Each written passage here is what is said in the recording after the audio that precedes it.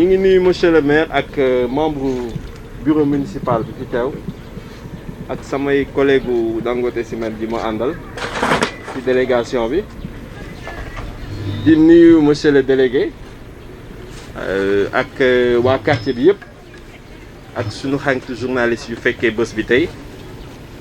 ndaxte bés bi bésu mbégte la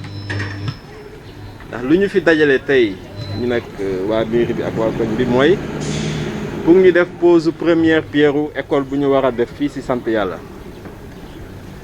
ndaxte sant yàlla comme nu ko monsieur le maire waxee sànq dafa nekk quartier boo xam ne au sud de Pout la nekk te école primaire yu nekk Pout yëpp ñu ngi nekk de l'autre côté moo juumul 5 moo am bii mooy 6e bi donc xale yi fi nekk dëkk fii ci sant yàlla muy quartier bu bees entre guillemets boo xamante ne mi ngi màgg bu màgg ci wàll yëpp xale yi dañuy jógee fii war a dem jàngi ci yeneen école yu ñu nekk Pout dañuy jéggi tali bi te ñëpp xam nañ ne tali Pout bi circulation bu fa am ak camion yeeg oto yi fay jaar loolu day poser problème mu sécurité pour xale yi di jàngi donc moo tax bu ñu waxtaanee ak monsieur le maire ci cadre de concertation bu ñu teg ak moom moo ñu ne priorité am mooy ñu defal ko école élémentaire fii ci sant yàlla voilà loolu moo ñu fi dajale tey ndaxte ànd bi ñu ànd ak monsieur le maire ak mairie Pout yàgg na daaw je pense invité woon nañ leen ba ñuy inaugurer maternité bi donc ren ci cadre RSE bi toujours ndaxte ñu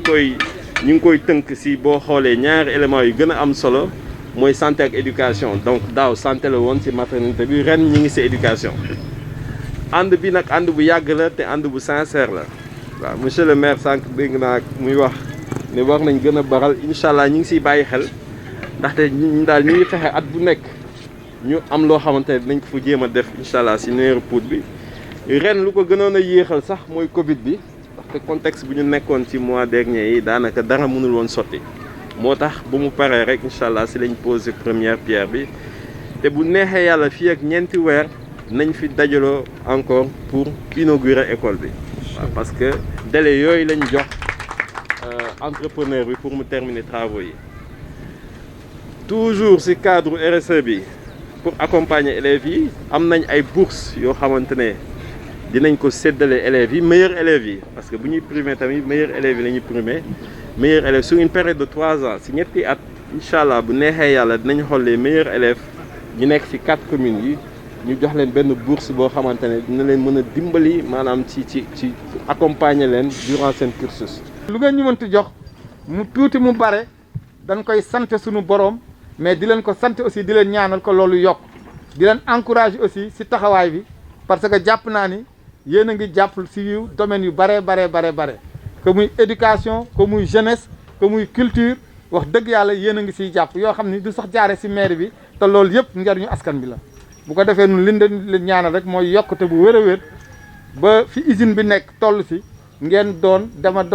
doon numéro 1 boo xam ne du ngeen ko xëccoo kenn parce que nag ñun bu ñuy far yéen la ñuy faral bu ñuy ànd yéen la ñu àndal parce que yéen a ñëw ci suñu communes yi installé fi di ñu jàppale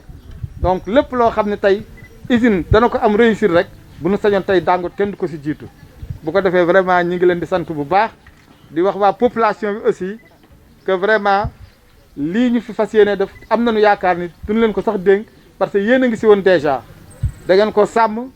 et que vraiment jàpp nañ ni bare na fi ñoo xam ne tey ci comité bi ay enseignants lañu donc bu ñu leen lee école a ngi ni bu boobaa defe naa ni entretien ba loolu du doon loo xam ni lu ñu leen di fàttali la fi may daaneele rek mooy di wax ni effectivement fii ñu nekk tey domaine la woon boo xam ni nit a ko moom te danoo def wax nag ni tout ce qui est en éducation disons primaire ci compétence maire yi la bokk man en tant que maire dama koy annoncer fii loolu compétence boobu yoon moo ñu ko may naa waxtaan ak sama conseil municipal waxtaan ak sama bureau municipal waxtaan ak bureau municipal école bi naa proposé bu boobaa ki nga xam ni moom moomoon fii dagg ko jaay ko ay kër bàyyi fi place bii ni nan ko def ak lu mu mënti doon tey ñu fas see def école daa naa leen ko proposé ñu tudde ko muy góor gi Lamine Fall loolu naa ko proposer conseil bi pour que ñu jàllale ko parce que nit ki aussi bu defee lu rafet da nga koy nangu da nga koy delloo njukkal parce que bare na ñoo xam ne tey dagg nanu nangu ñu fa bàyyi dara bare na ñoo xam ne dagg nanu ba pare jaayaat ko donc buñ ko daggee ngeen dëkk fi 10 ans mu nekk fi ba léegi boobaa dafay jaadu moom la tax mu defoon ko parce que muy école muy juma muy lépp jaamu yàlla rek la parce que ni muy amee yool si juma noonu lay amee yoon si école parce que école nag bala ngaa def dara sax sa xel il faut dara nekk si. À l'occasion de cette cérémonie de pose de la première pierre de l'école élémentaire de Pout Sud, sant Yàlla. Dans 4 mois, Inch'Allah, les travaux seront bouclés et l'ouvrage réceptionné. La future école élémentaire, qui sera constituée de 6 classes, d'un bloc administratif et de 2 blocs sanitaires, va coûter au total 47,5 millions. Fruit de travaux de concertation entre la direction de Dangote Cement dans le cadre de sa nouvelle stratégie RSE et l'équipe municipale de Pout, cette infrastructure très importante pour Pout Sud arrive vraiment à son heure. Pourquoi? En effet,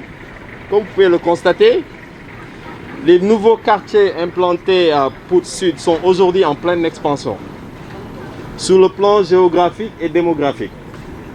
Ils ne disposent toutefois toujours pas d'établissement d'enseignement pouvant accueillir leurs écoliers. Toutes les 5 écoles élémentaires de Pout sont situées de l'autre côté de la commune. Pour étudier, ces braves élèves qui portent en eux l'avenir de la commune de Pout sont obligés de traverser la route nationale matin et soir. Vous comprendrez aisément avec moi qu'une telle situation pose un vrai problème de sécurité puisque le trafic est particulièrement dense sur cet axe routier. Deuxièmement, ce projet est très important parce qu'il va permettre aux écoliers de Pout Sud de pouvoir suivre leur apprentissage dans leur milieu naturel, donc dans de très bonnes conditions. Nous savons tous l'éloignement des établissements scolaires par rapport aux communautés et une cause importante de déperdition scolaire et d'échec chez les élèves. En décidant ainsi de financer la construction de cette école ici à Sant Yàlla, Dangote Cement Sénégal fait une fois de plus une œuvre utile, comme elle l'a déjà fait à Niarip, dans la commune de Keur Moussa, avec la construction de CEM, à Dias, une école primaire, à Morolan, un poste de santé et une maternité, et ici même à Pout, l'année dernière, on a fait une construction d'une maternité, comme l'a souligné tantôt Monsieur le maire.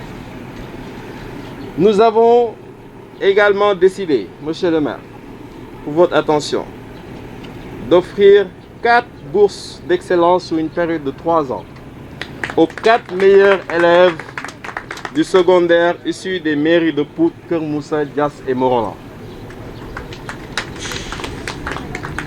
Comme vous pouvez le remarquer, des secteurs comme l'éducation, la santé, bref, la promotion du capital humain, sont au cœur de la politique RSE de la société Dangote Cement. Nous ne nous lasserons jamais, Monsieur le maire, et je répète, jamais,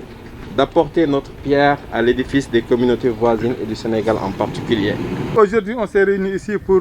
la pose de la première pierre pour l'école 6 de Sant Yàlla. Effectivement, Dangote va financer l'école pour un montant de 47 millions.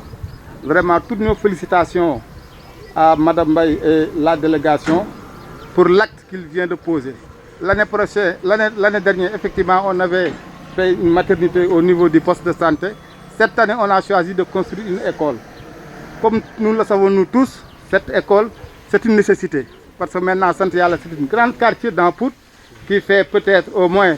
plus de 3000 personnes environ. Et malheureusement, il n'y a pas d'école ici. Et pour aller à l'école, il fallait traverser la route nationale, ce qui faisait un danger permanent. Raison pour laquelle, vraiment, au nom de la mairie de Pout, mais au nom de toutes les populations, on dit un grand merci à Dangote. et on leur souhaite que vraiment l'usine vaille en avant.